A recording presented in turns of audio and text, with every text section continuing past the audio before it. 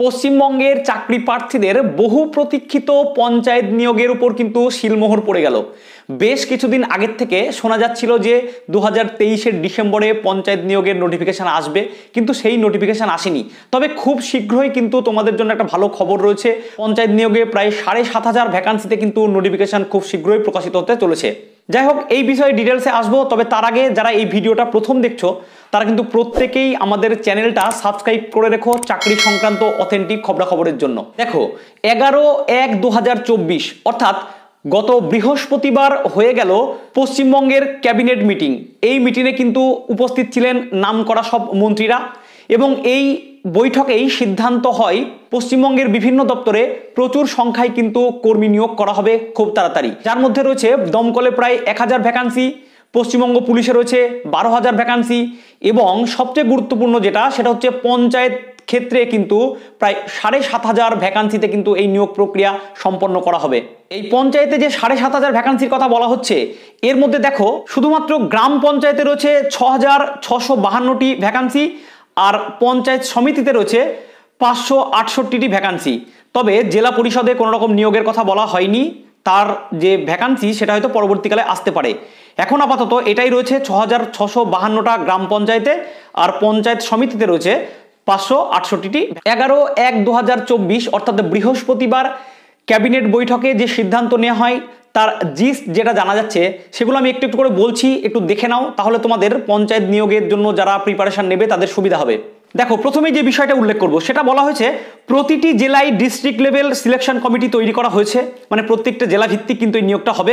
কমিটিতে রয়েছেন কারা একটু দেখে নাও। জেলা শাসক চেয়ারপারসন হিসেবে, জেলা পরিষদের অতিরিক্ত এক্সিকিউটিভ অফিসার, জেলা পরিষদের সেক্রেটারি, এসডিও, ডিস্ট্রিক্ট পঞ্চায়েত ও রুরাল ডেভেলপমেন্ট অফিসার ইত্যাদি। তবে কোনো রকম কোনো জনপ্রতিনিধি বা পার্টির কোনো মানুষ কিন্তু এখানে যুক্ত থাকতে পারবে না। এই কথাটা কিন্তু পরিষ্কারভাবে উল্লেখ করা হয়েছে যে পার্টির কোনো লোক কিন্তু এই নিয়োগ প্রক্রিয়ার সঙ্গে যুক্ত থাকতে পারবে না। আর পঞ্চায়েত মন্ত্রী প্রদীপ মজুমদার মহাশয় আগেই বলেছিলেন যে মন্ত্রিসভা আর অর্থ দপ্তরের কিন্তু অনুমোদন পাওয়া গেছে, প্রতিটি বিভাগ থেকে শূন্যপদ সংগ্রহ চলছে। যাই হোক, শূন্যপদ সংগ্রহ সম্পূর্ণ হয়েছে এবং শূন্যপদ জানিয়েও দেওয়া হয়েছে মোটামুটিভাবে প্রায় 7,500 মতো পঞ্চায়েত সমিতি আর পঞ্চায়েত মিলে।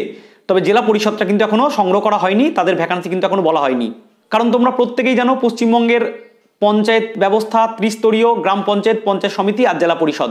এখন আপাতত গ্রাম পঞ্চায়েত আর পঞ্চায়েত সমিতির ভ্যাকান্সি কিন্তু এসেছে।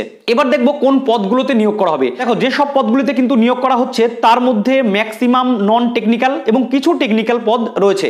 যার মধ্যে দেখো আমি উল্লেখ করছি এক্সিকিউটিভ অ্যাসিস্ট্যান্ট, গ্রাম সহায়ক, নির্মাণ সহায়ক, গ্রাম পঞ্চায়েত সচিব, অ্যাকাউন্টস ক্লার্ক, ক্যাশিয়ার কাম স্টোর কিপার, এই সমস্ত পদ রয়েছে। এর সাথে আরও এক্সট্রা কিছু পদ রয়েছে। ক্যাবিনেট বৈঠকে আরেকটা সিদ্ধান্ত নেওয়া হয়েছে যে নিয়োগে স্বচ্ছতা বজায় রাখার জন্য সম্পূর্ণ প্রক্রিয়াটা অনলাইনের মাধ্যমে করা হবে। অর্থাৎ খুব তাড়াতাড়ি তোমাদের নোটিফিকেশান আসবে, অনলাইনে ফর্ম ফিল আপ হবে এবং পরীক্ষা তোমরা যেটা দেবে সেটাও কিন্তু অনলাইনে এমসিকিউ টাইপের পরীক্ষা হবে, তার সাথে সাথে ইন্টারভিউ রাখছে। আপাতত সিদ্ধান্ত নেওয়া হয়েছে কোনো রকম পেন পেপারে পরীক্ষা হবে না, যা হবে টোটালটাই কম্পিউটারে। সুতরাং চাপের কিছু নেই। আশা করছি এবার স্বচ্ছতা কিন্তু সম্পূর্ণরূপে বজায় থাকবে। যাই হোক, যোগ্যতা কি রাখা হচ্ছে দেখো। যোগ্যতার ক্ষেত্রে বলা হয়েছে ক্লাস 8 পাস থেকে গ্র্যাজুয়েশন পর্যন্ত, অর্থাৎ বিভিন্ন পদের ক্ষেত্রে বিভিন্ন রকম যোগ্যতা রাখা হবে।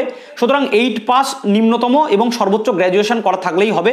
এবার অনেকেই ভাবছে যাদের গ্র্যাজুয়েশন করা আছে তারা কি 8 পাস যোগ্যতার ফর্মগুলো ফিল আপ করতে পারবে? অবশ্যই করতে পারবে, এখানে অসুবিধার কিছু নেই। কিন্তু সর্বনিম্ন 8 পাস থেকে সর্বোচ্চ গ্র্যাজুয়েশন পর্যন্ত রাখা হয়েছে, এটাই বলা হচ্ছে। এবার বয়সের ব্যাপারটা একটু দেখে নিই। দেখো, ইউআর যারা রয়েছে অর্থাৎ জেনারেল, এদের বয়স কিন্তু ন্যূনতম 18 থেকে 40 বছর হওয়া চাই। আর তোমার যারা এসসি এসটি আছো তাদের বয়সের ঊর্ধ্বসীমায় আরও 5 বছর ছাড়, অর্থাৎ 45 বছর।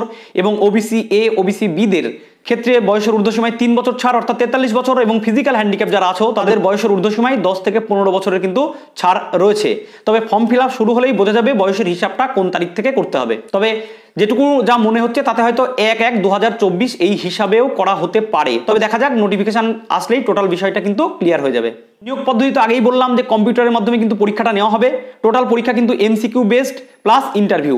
মন্ত্রী মানস ভূঁইয়া মহাশয় কিন্তু পরিষ্কারভাবে একটা কথা বলে দিয়েছেন, যে সমস্ত চাকরি প্রার্থীদের প্রথম ফেজে নাম উঠবে অর্থাৎ ইন্টারভিউর জন্য চান্স পাবে, তাদের টোটাল পরিসংখ্যা কিন্তু পোর্টালে তুলে দেওয়া হবে যাতে কোনো রকম অসুবিধা না হয়, স্বচ্ছতা বজায় থাকে। এই জন্য পোর্টালে গিয়ে প্রত্যেকটা মানুষ কিন্তু তাদের সম্বন্ধে দেখে নিতে পারবে কে কত পেলো এবং কিভাবে চান্সটা পেলো, কার কি যোগ্যতা। এরপর তাদের ইন্টারভিউ হবে এবং ইন্টারভিউ প্লাস লিখিত যে পরীক্ষাটা হচ্ছে অর্থাৎ অনলাইন এমসিকিউ যেটা হচ্ছে, এই দুটোর ভিত্তিতেই কিন্তু তোমাদের মেরিট লিস্ট আসবে।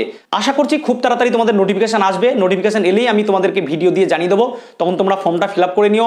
আর এখন কিন্তু প্রিপারেশন নাও ভালো করে, তোমরা যে চাকরির জন্য খাটছো সেখান থেকে আশা করি হয়ে যাবে। পঞ্চায়েতের নিয়োগের ক্ষেত্রে কিন্তু খুব যে কঠিন প্রশ্ন আসে তা না, মোটামুটিভাবে জিকে, ম্যাথ, ইংলিশ এগুলো একটু খাটতে থাকো। এর সাথে সাথে চাকরি সংক্রান্ত যে কোনো আপডেটের জন্য আমাদের এই চ্যানেলে চোখ রাখো। আমরা সঠিক সময়ে সঠিক তথ্য দিয়ে তোমাদেরকে জানিয়ে দেবো। আজ এটুকুই, টাটা।